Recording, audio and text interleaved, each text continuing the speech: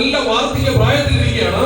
இப்படிப்பட்ட இடத்துல ஆண்டவர் சொல்றார், உனக்கு நான் உன் சந்ததியை தருவேன், அவர்களை பெருக பண்ணுவேன், தேசத்துக்கு அவர்களை ஆசீர்வதிப்பேன் என்று சொன்ன வார்த்தை கேட்டு ஈசாக்கு என்ன நினைச்சிருப்பாரு யோசிச்சு பாருங்க. ഈ സാഹചര്യത്തിലാണ് ദൈവം പറയുന്നത്, നിനക്ക് ഞാൻ ഒരു സന്തതിയെ തരും, മാത്രമല്ല നിന്റെ തലമുറകളെ ഞാൻ വർദ്ധിപ്പിക്കുമെന്നുള്ള വാക്ക് പറയുമ്പോഴത്തേന് അബ്രഹാം എന്ത് ചിന്തിക്കുമെന്നുള്ള കാര്യം നിങ്ങളൊന്ന് യോജിച്ചു നോക്കിയേ. அந்த வாக்குத்தத்தம் நிவர்த்திக்கப்பட போகிறது.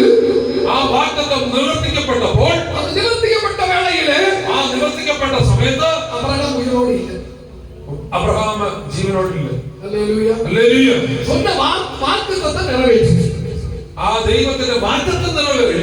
யாராகிலும் வாக்குத்தத்தை கேட்டு ஆண்டவர் சமூகத்தில் இருக்கிறீர்கள் என்று சொன்னால், வாக்குத்தத்தம் உங்களுக்கு நேராய் கடந்து வருகிறது, அது நிவர்த்தியாக்கப்பட போகிறது என்பதை ஆவியானவர் எச்சரிக்கையாக ஆவியானவர் വ്യക്തമായി பேசுகிறார். ഹല്ലേലൂയ. ആരോട് ദൈവത്തിന്റെ വാഗ്ദത്തം ഇന്ന് പകൽക്കാലം ഉണ്ടെന്നുണ്ടെങ്കിൽ അതൊരിക്കലും അതിന്റെ അവസാനിക്കത്തില്ല. ആ വാഗ്ദത്തം നിവർത്തിക്കുക തന്നെ ചെയ്യുമെന്നുള്ള കാര്യം ദൈവവചനത്തിൽ ഉറപ്പിച്ചു പറയുകയാണ്. അബ്രഹാമിന് സ്വന്തം വീടില്ലേ? അബ്രഹാമിന് സ്വന്തമായിട്ട് വീടില്ലായിരുന്നു. പരദേശിയായി തിരിகிறார். പരദേശിയായിട്ട് തിരിഞ്ഞു നടക്കുകയായിരുന്നു. മമ്മ എன்கிற ഒരു മുതലാളിയുടെ തോട്ടത്തിലാണ് അവർ കുടിയിരിക്കാർ. മെമ്പറുടെ തോപ്പിലാണ് അദ്ദേഹം കുടിയിരുന്നത്. സ്വന്തമായ പിള്ളകളില്ലേ, സ്വന്തമായിട്ട് മക്കളില്ല, വീടില്ല, മനവിൽ ഇറന്നു പോയിവിട്ടാൽ ഭാര്യ മരിച്ചു. അവന് സ്വന്തമായി മറവ് ചെയ്യുന്നതിന് ഒരു ആറടി മണ്ണ് കൂടെ ഇല്ല. ആ ഭാര്യയെ അടക്കുവാൻ തക്കവണ്ണമുള്ള ഒരു 6 അടി മണ്ണ് പോലും ഇല്ല.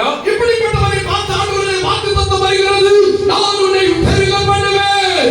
ഇങ്ങനെയുള്ളവരെ നോക്കിയിട്ടാണ് ദൈവം പറയുന്നത്, ഞാൻ നിന്റെ തലമുറകളെ വർദ്ധിപ്പിക്കും.